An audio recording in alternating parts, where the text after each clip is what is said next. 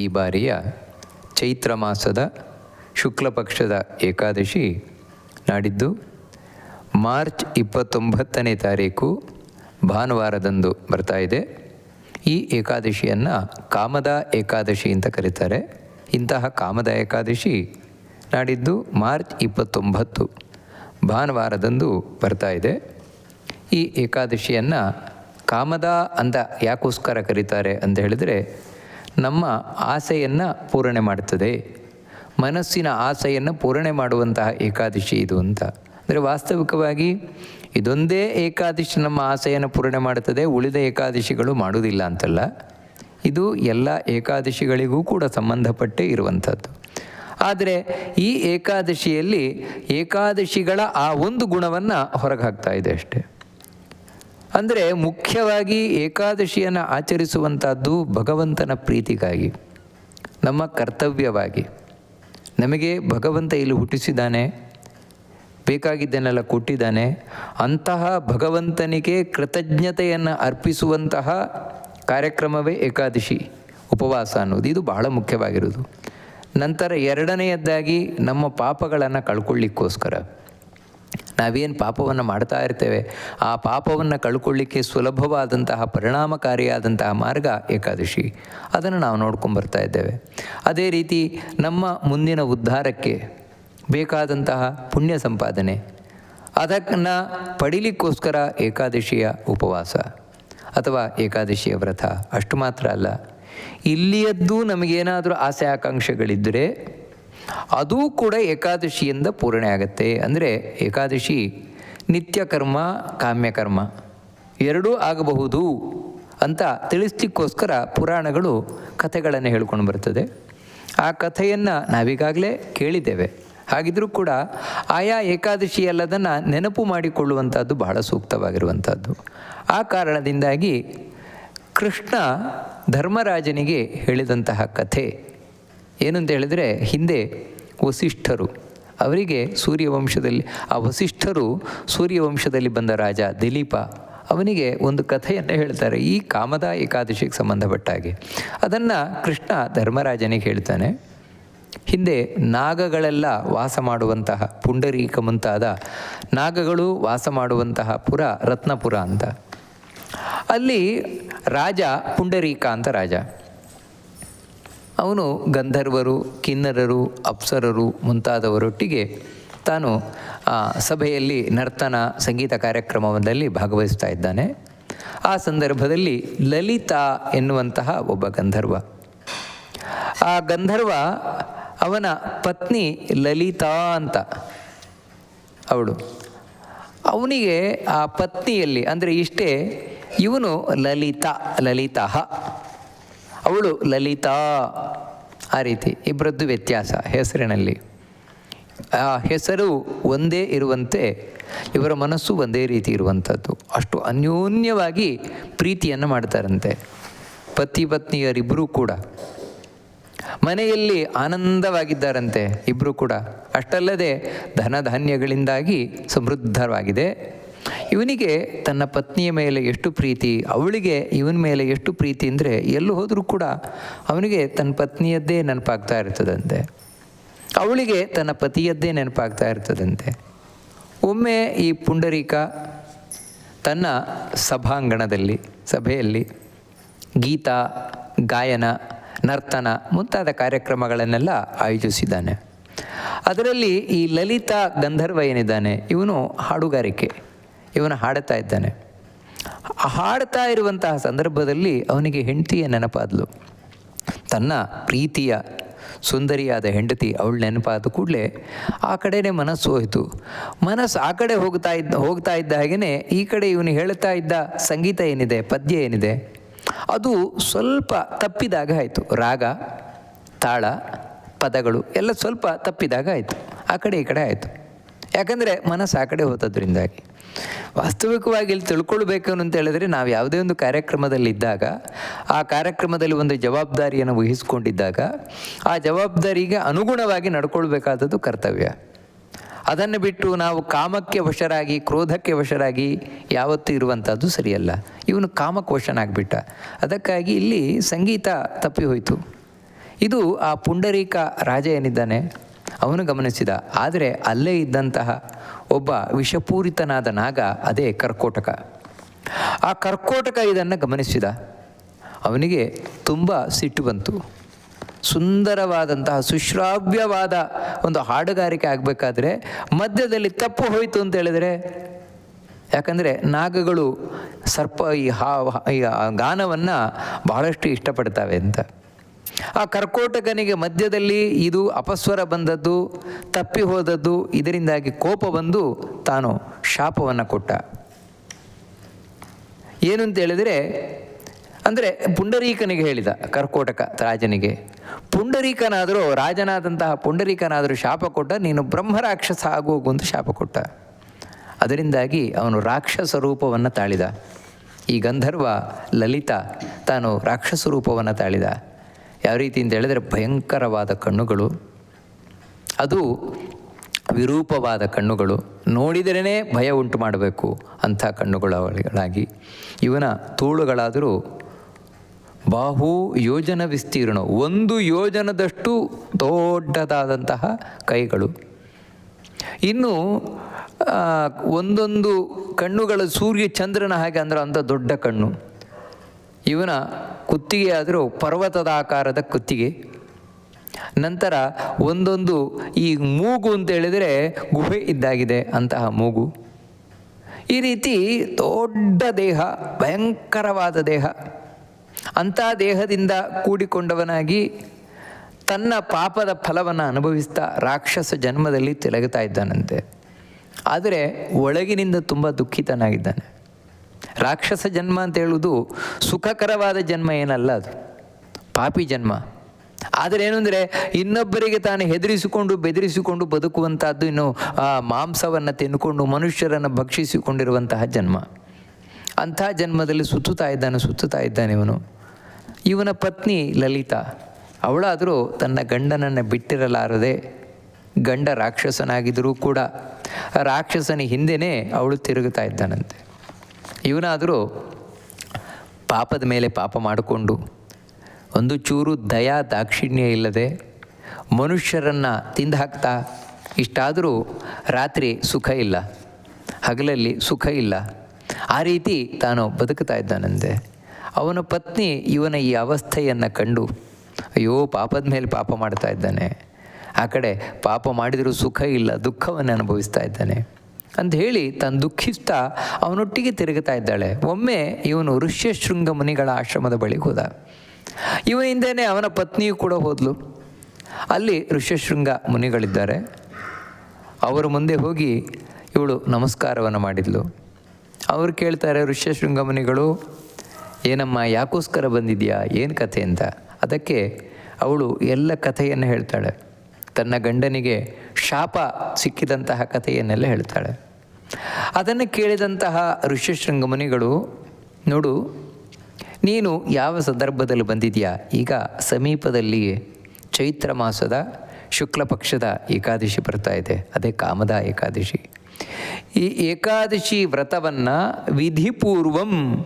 ವಿಧಿಪೂರ್ವಕವಾಗಿ ಮಾಡು ಅಂತ ಹೇಳಿದರೆ, ನಾವು ಏಕಾದಶಿಯನ್ನು ಮಾಡುವುದು ಎಷ್ಟು ಮುಖ್ಯವೋ ಅಷ್ಟೇ ವಿಧಿಪೂರ್ವಕವಾಗಿ ಮಾಡುವುದು ಬಹಳ ಮುಖ್ಯ. ಹೇಗೆ ಹೇಳಿದ್ದಾರೆ ಹಾಗೆ. ಅದು ವಿಶೇಷವಾಗಿ ಇಂಥ ಆಸೆ ಆಕಾಂಕ್ಷೆಗಳನ್ನು ಇಟ್ಟುಕೊಂಡು ಮಾಡೋದಾಗಿದ್ದರೆ ಆ ನಿಯಮಗಳನ್ನು ತಪ್ಪದೇ ಪಾಲಿಸಲೇಬೇಕು. ಹಾಗಿದ್ರೆ ಮಾತ್ರ ನಮ್ಮ ಆಸೆ ಆಕಾಂಕ್ಷೆಗಳು ಪೂರ್ಣ ಆಗುತ್ತೆ. ಕೇವಲ ದೇವರ ಪ್ರೀತಿಗೋಸ್ಕರ ಅಂದರೆ ನಿಷ್ಕಾಮವಾಗಿ ಮಾಡ್ತಾ ಇದ್ದೇವೆ ಅಂತ ಹೇಳಿದಾಗ ಆಗಲೂ ಕೂಡ ಶಾಸ್ತ್ರದಲ್ಲಿ ಹೇಳಿದಾಗೇ ಮಾಡಬೇಕು. ಆದರೆ ಸ್ವಲ್ಪ ಹೆಚ್ಚು ಕಮ್ಮಿ ಆದರೂ ಕೂಡ ನಡೆದೀತು, ಯಾವುದೇ ಆಸೆ ಆಕಾಂಕ್ಷೆಗಳಿಲ್ಲದೇ ಇದ್ದರೆ. ಆದರೆ ಆಸೆ ಆಕಾಂಕ್ಷೆಗಳಿದ್ದಾಗ ನಾವು ಶಾಸ್ತ್ರದಲ್ಲಿ ಹೇಳಿದಾಗೆ ಮಾಡಲೇಬೇಕು. ಆ ರೀತಿ ನೀನು ಮಾಡಿ ಆ ಪುಣ್ಯವನ್ನು ನಿನ್ನ ಪತಿಗೆ ನೀನು ದಾರೆ ಇರಿದೆ ಅಂತ ಹೇಳಿದರೆ ಅದರಿಂದಾಗಿ ಅವನ ಶಾಪ ವಿಮೋಚನೆ ಆಗುತ್ತೆ ಅಂತ ಆ ಋಷ್ಯಶೃಂಗ ಮುನಿಗಳು ಹೇಳ್ತಾರೆ. ಇವಳು ಅದನ್ನು ಕೇಳಿ ಸಂತೋಷಪಟ್ಟಳು. ಅಬ್ಬಾ, ನನ್ನ ಗಂಡನನ್ನು ಈ ರಾಕ್ಷಸ ಜನ್ಮದಿಂದ ವಿಮೋಚನೆಗೊಳಿಸಲಿಕ್ಕೆ ಬೇಕಾದ ಒಂದು ದಾರಿ ಸಿಗ್ತಲ್ವ ಅಂತ ಆ ಕಾಮದ ಏಕಾದಶಿಯನ್ನು ತಾನು ತಪ್ಪದೇ ಆಚರಣೆಯನ್ನು ಮಾಡಿದ್ಲು. ನಂತರ ದ್ವಾದಶಿಯ ದಿನ, ಅದು ಆ ಋಷಿಗಳ ಆಶ್ರಮದಲ್ಲೇ ಇತ್ತು, ತಾನು ಮಾಡಿ ಏಕಾದಶಿ ರಾತ್ರಿ ಜಾಗರಣೆಯನ್ನು ಮಾಡಿ, ನಂತರ ದ್ವಾದಶಿಯ ದಿನ ಬೆಳಗ್ಗೆ ಪಾರಣೆಯನ್ನು ಮಾಡಿ, ಅಂದರೆ ಆ ಏಕಾದಶಿ ವ್ರತಕ್ಕೆ ಸಂಬಂಧಪಟ್ಟಂತಹ ಭೋಜನ ಅದನ್ನು ಮಾಡಿ ಆ ಋಷ್ಯಶೃಂಗರ ಮುಂಭಾಗದಲ್ಲಿಯೇ ತಾನು ಹೇಳ್ತಾಳೆ, ನಾನು ಈ ಏಕಾದಶಿ ವ್ರತವನ್ನು ಮಾಡಿ ಇದರಿಂದ ಯಾವ ಪುಣ್ಯವನ್ನು ಸಂಪಾದನೆ ಮಾಡಿದ್ದೇನೋ ಈ ಪುಣ್ಯದ ಪ್ರಭಾವದಿಂದಾಗಿ ನನ್ನ ಪತಿಗೆ ಬಂದಿರುವಂತಹ ಈ ರಾಕ್ಷಸ ಜನ್ಮ ಅನ್ನುವಂಥದ್ದು ಹೊರಟೋಗಲಿ, ಶಾಪ ವಿಮೋಚನೆ ಆಗಲಿ ಅಂಥೇಳಿ ತಾನು ಆ ಪುಣ್ಯವನ್ನು ಧಾರೆ ಎರೆದಿದ್ದಾಳಂತೆ. ಗತಪಾಪ ಲಲಿತೋ ದಿವ್ಯದೇಹೋ ಬಭುವ. ಯಾವಾಗ ಇವಳು ಪುಣ್ಯವನ್ನು ಅವನಿಗೆ ಕೊಟ್ಟಳು, ಆ ಕೂಡಲೇ ಆ ರಾಕ್ಷಸ ಜನ್ಮದಿಂದ ವಿಮುಕ್ತಿಯನ್ನು ಪಡೆದು ದಿವ್ಯವಾದ ದೇಹವನ್ನು ಹೊಂದಿದವನಾದಂತೆ. ಹಿಂದಿನಿಗಿಂತಲೂ ತಾನು ಅತ್ಯಂತ ಸುಂದರನಾಗಿ ಕಾಣ್ತಾ ಇದ್ದಂತೆ. ಕೂಡಲೇ ವಿಮಾನ ಬಂದಿದೆ. ವಿಮಾನದಲ್ಲಿ ಪತಿ ಪತ್ನಿಯರಿಬ್ಬರೂ ತಾವು ಕೂತು ಹಿಂದಿಗಿಂತಲೂ ಕೂಡ ಅತ್ಯಂತ ಶೋಭಾಯಮಾನವಾಗಿ ಎಲ್ಲ ಕಡೆಯೂ ಕೂಡ ಸಂಚಾರ ಮಾಡಿದರು. ನಂತರ ಭಗವಂತನಲ್ಲಿ ಭಕ್ತಿಯನ್ನು ಮಾಡಿ ಆರಾಧನೆಯನ್ನು ಮಾಡಿ ಮೋಕ್ಷವನ್ನು ಪಡೆದರು ಅಂತ ಈ ಕಥೆ ತಿಳಿಸ್ಕೊಂಡು ಹೋಗ್ತದೆ. ಹೀಗೆ ಈ ಕಾಮದ ಏಕಾದಶಿ ಅನ್ನುವಂಥದ್ದು ಭಕ್ತಿ ಶ್ರದ್ಧೆಯಿಂದ ನಾವು ಆಚರಣೆಯನ್ನು ಮಾಡಿ ಇದರ ಫಲವನ್ನು ನಮ್ಮ ಪೂರ್ವಜರಿಗೆ ಅದರ ದಾರೆ ಎರೆದು ಕೊಟ್ಟುವೆ ಅಂತ ಹೇಳಿದರೆ, ಅವರಿಗೆ ಒಂದೊಮ್ಮೆ ಪ್ರೇತತ್ವವೋ ಪಿಶಾಚತ್ವವೋ ಬಂದಿದ್ದರೆ ಅದರಿಂದ ಮುಕ್ತಿ ದೊರಕಲಿಕ್ಕೆ ಸಾಧ್ಯ ಇದೆ. ಎಲ್ಲಕ್ಕಿಂತ ಮುಖ್ಯವಾಗಿ ಭಗವಂತನ ಅನುಗ್ರಹವನ್ನು ಪಡೀಲಿಕ್ಕೆ ಇದು ಬಹಳ ಮುಖ್ಯವಾಗಿರುವಂತಹ ಏಕಾದಶಿ ಅಂತ ತಿಳಿಸ್ತಾ, ಇಂಥ ಏಕಾದಶಿ ಹಿಂದೆ ಹೇಳಿದಾಗೆ ಭಾನುವಾರ 29ನೇ ತಾರೀಕು ಮಾರ್ಚ್ ತಿಂಗಳು ಬರ್ತಾ ಇದೆ. ಅದರ ಹಿಂದಿನ ದಿನ 28 ಶನಿವಾರ, ಅವತ್ತು ದಶಮಿಯ ಆಚರಣೆ. 29 ಭಾನುವಾರ, ಅವತ್ತು ಏಕಾದಶಿ ಆಚರಣೆ. 30 ಸೋಮವಾರ, ಮಾರ್ಚ್ 30 ಸೋಮವಾರ, ಅವತ್ತು ದ್ವಾದಶಿಯ ಆಚರಣೆ. ಅವತ್ತು ಬೆಳಗ್ಗೆ 6:28 ನಂತರ ಅಂತೇಳಿದರೆ ನಿಮ್ಮ ಊರಿನಲ್ಲಿ ಯಾವಾಗ ಸೂರ್ಯೋದಯ ಆಗುತ್ತೋ ಅದಕ್ಕೆ, ಅಂದರೆ ಒಂದು 5 ನಿಮಿಷ ಬೇಗ ಆಗುತ್ತೆ ಅಂತ ಹೇಳಿದ್ರೆ 5 ನಿಮಿಷ ಮುಂಚೆ ಸ್ವೀಕಾರ ಮಾಡಬಹುದು. 2:28 ಅಂತ ನಾನು ಸಾಮಾನ್ಯವಾಗಿ ಹೇಳ್ತಾ ಇರುವಂಥದ್ದು. ನಂತರ ಈ ಆಹಾರವನ್ನು ಸ್ವೀಕಾರ ಮಾಡಬಹುದು. ಆದರೆ ಒಂದೇನೆಂದರೆ ದ್ವಾದಶಿ ಸ್ವಲ್ಪ ಮಾತ್ರ ಇರುವುದರಿಂದ ಅವತ್ತು ಬೆಳಗ್ಗೆ 7:51 ಅದರೊಳಗೆ, ಅಂದರೆ ಕೆಲವು ಕಡೆ ಬೇಗ ಸೂರ್ಯೋದಯ ಆಗುತ್ತೆ ಅಂತ ಹೇಳಿದ್ರೆ ಒಂದು 5 ನಿಮಿಷ ಬೇಗ, 7:45 ಒಳಗೆ. ಇವಾಗ ಬೆಂಗಳೂರು, ಮೈಸೂರು ಮುಂತಾದವುಗಳೇ ಕಡೆ 7:45 ಒಳಗೆ ಪಾರಣೆಯನ್ನು ಮುಗಿಸ್ಕೊಳ್ಬೇಕಾದದ್ದು. ಇನ್ನು ಸಮುದ್ರ ತೀರ, ಉಡುಪಿ, ಮಂಗಳೂರು ಕಡೆಯಲ್ಲೆಲ್ಲ 7:51 ಒಳಗೆ ಪಾರಣೆಯನ್ನು ಮುಗಿಸಿ ಅಂತೇಳಿದರೆ ಏಕಾದಶಿ ನಿಮಿತ್ತವಾದ ಏಕಾದಶಿ ವ್ರತಕ್ಕೆ ಸಂಬಂಧಪಟ್ಟಂತಹ ಏನು ಭೋಜನ ಇದೆ ಅದನ್ನು ಮುಗಿಸಿ ನಾವು ಏಕಾದಶಿ ವ್ರತವನ್ನು ವಿಶೇಷವಾಗಿ ವಿಷ್ಣು ನಾಮಕನಾದಂತಹ ನಾರಾಯಣನಿಗೆ ಅರ್ಪಣೆಯನ್ನು ಮಾಡಿದರೆ ಈ ಏಕಾದಶಿಯನ್ನು ನಾವು ಆಚರಣೆ ಮಾಡಿದ್ದು ಸಾರ್ಥಕವಾಗುತ್ತೆ ಅಂತ ಇಷ್ಟು ಆ ಏಕಾದಶಿಯ ಬಗ್ಗೆ ತಿಳಿಸ್ತಾ, ಪ್ರತಿ ಬಾರಿ ನೋಡುವಂತೆ ಜಿತಂತೆ ಸ್ತೋತ್ರ ಅಥವಾ ಪುಂಡರೀಕಾಕ್ಷ ಸ್ತೋತ್ರದ ಚಿಂತನೆಯನ್ನು ನಡೆಸೋಣ. ಅದರಲ್ಲಿ ಈ ಬಾರಿ ಕಾಲೇಷ್ವಪಿ ಚ ಸರ್ವೇಷು ದಿಕ್ಷು ಸರ್ವಾಸು ಚಾಚ್ಯುತ ಶರೀರೇ ಜಗತೌ ಚಾಪಿ ವರ್ತತೆ ಮೇ ಮಹದ್ಭಯಂ. ಭಗವಂತನ ಬಳಿ ಬಹಳ ಒಳ್ಳೆಯ ಒಂದು ಪ್ರಾರ್ಥನೆಯನ್ನು ಮಾಡಿಕೊಳ್ಳುವಂಥದ್ದು. ಸ್ವಾಮಿ, ಬಹಳಷ್ಟು ಭಯ ಆಗಿದೆ, ಭಯ ಆಗ್ತಾ ಇದೆ. ಮಹದ್ಭಯಂ ವರ್ತತೆ, ಸಾಮಾನ್ಯ ಭಯ ಅಲ್ಲ, ತುಂಬ ಭಯ ಆಗ್ತಾ ಇದೆ ಅಂತ ಹೇಳಿದರೆ, ಭಯದಲ್ಲಿಯೂ ಕೂಡ ತುಂಬ ಭಯ ಏನು ಅಂತ ಹೇಳಿದರೆ, ಭಯ ಅನ್ನೋದು ಇರುತ್ತದೆ. ಯಾವಾಗ ಅಂತ ಹೇಳಿದರೆ ನಮ್ಮವರು ಅಂತ ಇಲ್ಲದೆ ಇದ್ದಾಗ, ಯಾರೂ ಇಲ್ಲ ಹತ್ತಿರದಲ್ಲಿ, ಆದರೆ ಫೋನ್ ಮಾಡಿದರೆ ಬರ್ತಾರೆ. ಫೋನ್ ಮಾಡಿದ್ದೇನೆ, ಬರಲಿಕ್ಕಿದ್ದಾರೆ, ಬರ್ತಾ ಇದ್ದಾರೆ, ಆದರೆ ಬರುವ ತನಕ ಒಂಥರ ಭಯ. ಇದೇನು ಅಂದರೆ ಬರಿಯ ಭಯ. ಯಾಕಂತ ಹೇಳಿದ್ರೆ ನಮ್ಮವ್ರು ಇದ್ದಾರೆ, ಆದರೆ ಈ ಕೂಡಲೇ ಇಲ್ಲ, ಬರ್ತಾ ಇದ್ದಾರೆ, ಆ ರೀತಿ ಇದ್ದಾಗ. ಆದರೆ ಮಹದ್ ಭಯ ಅಂತ ಯಾವಾಗ ಹೇಳೋದು ಅಂತ ಹೇಳಿದರೆ, ನನ್ನವರು ಅಂತ ಯಾರು ಇಲ್ಲವೇ ಇಲ್ಲ, ಫೋನ್ ಮಾಡಲಿಕ್ಕೂ ಯಾರೂ ಇಲ್ಲ. ಅಂಥ ಸಂದರ್ಭದಲ್ಲಿ ನಾನೊಬ್ಬನೇ ಏಕಾಂಗಿ ಆಗಿಬಿಟ್ಟಿದ್ದೇನೆ. ಆ ರೀತಿಯಾದಾಗ ಆಗುವ ಭಯ ಏನಿದೆ ಅದು ಅತ್ಯಂತ ಹೆಚ್ಚಾದದ್ದು. ಯಾರೂ ಇಲ್ಲ, ನನ್ನ ಪಾಲಿಗೆ ಯಾರೂ ಇಲ್ಲ ಅಂತಾದಾಗ ಅಂತಹ ಭಯ ನನ್ನನ್ನು ಕಾಡ್ತಾ ಇದೆ ಸ್ವಾಮಿ. ಕಾಲೇಶ್ವಪಿ ಚ ಸರ್ವೇಶು, ಎಲ್ಲ ಕಾಲದಲ್ಲಿಯೂ ಕೂಡ ಅಂತೇಳಿದರೆ ಈ ಭಯ ನಾನು ಎಲ್ಲೋ ಒಂದು ಯಾರಿಗೂ ಇಲ್ಲದಿದ್ದಾಗ ಜಾಗದಲ್ಲಿ ಮಧ್ಯರಾತ್ರಿಯಲ್ಲಿ ಸ್ಮಶಾನದಲ್ಲಿದ್ದಾಗ ಅಷ್ಟೇ ಅಲ್ಲ, ಮತ್ತು ಹಗಲು, ಮಧ್ಯಾಹ್ನ, ರಾತ್ರಿ, ನಡುರಾತ್ರಿ, ಬೆಳಗ್ಗೆ, ಎಲ್ಲ ಸಂದರ್ಭದಲ್ಲಿಯೂ ಎಲ್ಲ ಕಾಲದಲ್ಲಿಯೂ ಕೂಡ ದೊಡ್ಡ ಭಯ ಇದ್ದೇ ಇದೆ. ಎಲ್ಲಕ್ಕಿಂತ ದೊಡ್ಡ ಭಯ ಯಾವುದು ಅಂದರೆ ಸಾವಿನ ಭಯ. ಅದು ನನ್ನನ್ನು ಕಾಡ್ತಾನೇ ಇದೆ. ಸತ್ತ ಮೇಲೆ ಏನಾಗುತ್ತೋ ಗೊತ್ತಿಲ್ಲ, ಆ ಭಯ ಕಾಡ್ತಾನೇ ಇದೆ. ನಂತರ ನಾಳೆ ಏನಾಗುತ್ತೋ ಗೊತ್ತಿಲ್ಲ, ಆ ಭಯ ಕಾಡ್ತಾ ಇದೆ. ಈ ರೀತಿ ಭಯಗಳು ಒಂದಲ್ಲ ಎರಡಲ್ಲ, ಅನೇಕ ಭಯಗಳು ಎಲ್ಲ ಕಾಲದಲ್ಲೂ ನಮ್ಮೊಟ್ಟಿಗೆ ಇದೆ. ಅಷ್ಟು ಮಾತ್ರ ಅಲ್ಲ, ದಿಕ್ಷು ಸರ್ವಾಸು ಚಾಚುಚ, ಎಲ್ಲೋ ಒಂದು ಕಡೆ ಅಂತಲ್ಲ. ಇವಾಗ ನಾನು ಯಾವುದೋ ಒಂದು ಸ್ಮಶಾನಕ್ಕೆ ಹೋಗಿದ್ದೇನೆ, ಅಥವಾ ಯಾರೋ ದರೋಡೆಕೋರರ ಮಧ್ಯದಲ್ಲಿದ್ದೇನೆ, ಕೊಲೆಗಾರರ ಮಧ್ಯದಲ್ಲಿದ್ದೇನೆ, ಅಂಥ ಸಂದರ್ಭದಲ್ಲಿ ಮಾತ್ರ ಅಂತಲ್ಲ, ಮತ್ತು ಯಾವುದೇ ಕಡೆ ಹೋದರೂ ಕೂಡ ಭಯ ನನ್ನನ್ನು ಬಿಡುವುದಿಲ್ಲ. ಭಯ ಅನ್ನೋದಿದ್ದೇ ಇದೆ. ಯಾವ ಒಬ್ಬ ವ್ಯಕ್ತಿ ನನಗೆ ಭಯವೇ ಇಲ್ಲ ಅಂತ ಹೇಳ್ತಾನೆ, ಅವನಿಗೂ ಕೂಡ ಒಳಗಿನಿಂದ ಭಯ ಇದ್ದೇ ಇದೆ. ಎಲ್ಲಿವರೆಗೆ ಮನುಷ್ಯನಿಗೆ ಸಾವು ಅಂತಿದೆ, ಅಲ್ಲಿಯ ತನಕ ಅವನು ಯಾವುದೇ ಕಡೆ ಇರಲಿ, ಯಾವುದೇ ಕಾಲದಲ್ಲಿರಲಿ, ಭಯ ಅನ್ನೋದು ಇದ್ದೇ ಇದೆ. ಭಯ ಯಾವಾಗ ಮನುಷ್ಯನಿಂದ ಹೋಗುತ್ತದೆ ಅಂತ ಹೇಳಿದ್ರೆ, ಸಾವು ಅನ್ನುವುದು ಮನುಷ್ಯನಿಂದ ದೂರ ಆದಾಗ. ಯಾಕಂದರೆ ಸಾವೇ ಭಯ ಮನುಷ್ಯನಿಗೆ. ಅಷ್ಟು ಮಾತ್ರ ಅಲ್ಲ, ಶರೀರೇ ಜಗತೋ ಚಾಪಿ. ಹಾಗಿದ್ರೆ ಸತ್ತೋಗ್ಬಿಟ್ರೆ ಮತ್ತೆ ಭಯ ಇಲ್ವಲ್ಲ? ಯಾಕಂತ ಹೇಳಿದ್ರೆ ಸಾವೇ ನಮಗೆ ಭಯ ತಾನೆ. ಹಾಗಿದ್ರೆ ಸತ್ತೋಗ್ಬಿಟ್ವು, ಆಮೇಲೆ ಸಾವಿಲ್ವಲ್ವಾ ಅಂತ ಹೇಳಿದರೆ, ಅದಕ್ಕೆ ಹೇಳ್ತಾರೆ ಶರೀರ ಹೋದರೂ ಭಯ ಹೋಗಲ್ಲ ಅಂತ ಮನುಷ್ಯನಿಗೆ. ಕಾರಣ ಏನು ಅಂದರೆ, ಹೌದು ಸತ್ತೆ, ಸತ್ತ ಮೇಲೆ ಮತ್ತೇನು ಕಥೆ ಗೊತ್ತಿಲ್ಲ, ಎಲ್ಲಿಗೆ ಹೋಗ್ತಾ ಇದ್ದೇನೆ ಗೊತ್ತಿಲ್ಲ, ಏನಾಗುತ್ತೆ ಗೊತ್ತಿಲ್ಲ. ಇನ್ನು ನರಕ, ಸ್ವರ್ಗ, ನರಕಕ್ಕೆ ಹೋದರೂ ಭಯ ಬಿಡ್ತದಾ? ಇಲ್ಲ. ಯಾಕಂದರೆ ಅಲ್ಲಿ ನಾನು ಪಾಪ ಮಾಡಿದ್ದೇನೆ ಎನ್ನುವಂತಹ ಅರಿವು ಬರ್ತದೆ. ಯಾಕಂದರೆ ಆ ಅರಿವನ್ನು ನಮಗೆ ಯಮಭಟರು, ಚಿತ್ರಗುಪ್ತರು ಮುಂತಾದವರೆಲ್ಲ ತಂದುಕೊಡ್ತಾರೆ. ನೀನು ಇಂಥ ಪಾಪ ಮಾಡಿದ್ಯಾ, ಇಂಥ ಪಾಪ ಮಾಡಿದ್ಯಾ ಅಂತ. ಅದಕ್ಕನುಗುಣವಾಗಿ ಒಬ್ಬ ವ್ಯಕ್ತಿ ಸತ್ತ ಕೂಡಲೇ ಇನ್ನಿಲ್ಲದ ಕಷ್ಟ. ಯಾಕಂದರೆ ಏನು ಪಾಪ ಮಾಡಿದಾನ, ಪಾಪಕ್ಕನುಗುಣವಾಗಿ ನರಕ ಯಾತನೆ ಶುರುವಾಗುತ್ತೆ. ನರಕಕ್ಕೆ ಹೋದ ಮೇಲಲ್ಲ, ಗರುಡ ಪುರಾಣ ತಿಳಿಸುವಂತೆ ಸತ್ತ ಕೂಡಲೇ ಶುರುವಾಗುತ್ತೆ ಅವನಿಗೆ. ಅದನ್ನು ಇವನು ನೆನೆಸಿ ನೆನೆಸಿ ನೆನೆಸಿ ಹೆದರಿ ಹೆದರಿ ಹೆದರಿ ಹೋಗ್ತಾನಂತೆ. ಇದು ನರಕದ ಭಯ. ಸ್ವರ್ಗದ ಭಯ, ಸ್ವರ್ಗದಲ್ಲೂ ಭಯವೇ. ವಾಸ್ತವಿಕವಾಗಿ ಸ್ವರ್ಗ ಅಂದರೆ ಸುಖ ಅಂತ ತಿಳ್ಕೊಂಡಿದ್ದೇವೆ, ಹೌದು. ಆದರೆ ಅಲ್ಲಿಯ ಭಯ ಏನು ಅಂತ ಹೇಳಿದರೆ, ನನ್ನ ಪುಣ್ಯ ಯಾವಾಗ ಮುಗಿಯುತ್ತೋ ಗೊತ್ತಿಲ್ಲ, ನನ್ನನ್ನು ಯಾವಾಗ ಹೊರಗೆ ದಬ್ತಾರೋ ಗೊತ್ತಿಲ್ಲ ಅಂತ. ಯಾಕೆಂದು ಹೇಳಿದರೆ ಅದು ಶಾಶ್ವತ ಅಲ್ಲ, ಪುಣ್ಯ ಇರುವಷ್ಟು ಕಾಲ ಮಾತ್ರ. ಎಷ್ಟು ಪುಣ್ಯ ಇದೆಯೋ ಅಷ್ಟು ಸ್ವರ್ಗ. ಪುಣ್ಯ ಮುಗಿದ ಕೂಡಲೇ ನಂತರ ನಿರ್ದಾಕ್ಷಿಣ್ಯವಾಗಿ ದೇವತೆಗಳವನನ್ನು ತಳ್ಳಿಬಿಡ್ತಾರೆ. ಈ ಭಯ. ಹೀಗೆ ಸ್ವರ್ಗಕ್ಕೆ ಹೋದರೂ ಭಯ ಬಿಡೋಲ್ಲ, ನರಕಕ್ಕೆ ಹೋದರೂ ಭಯ ಬಿಡೋಲ್ಲ, ಸತ್ರು ಭಯ ಬಿಡೋಲ್ಲ, ಬದುಕಿದ್ರು ಭಯ ಬಿಡೋಲ್ಲ. ಈ ರೀತಿ ಭಯ ಅನ್ನುವಂಥದ್ದು ಎಲ್ಲ ಕಡೆಯೂ ಕೂಡ ನನ್ನನ್ನು ಕಾಡ್ತಾ ಇದೆ ಸ್ವಾಮಿ. ಇದನ್ನೇ ಸಂಸಾರ ಅಂತ ಹೇಳುವುದು.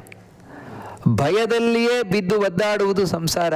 ಹೇ ಅಚ್ಯುತ, ಯಾಕೆ ಭಗವಂತನನ್ನು ಅಚ್ಯುತ ಅಂತ ಹೇಳ್ತಾ ಇದ್ದಾರೆ ಅಂದರೆ, ಸ್ವಾಮಿ ನಿನಗೆ ಯಾವ ಭಯವೂ ಇಲ್ಲ.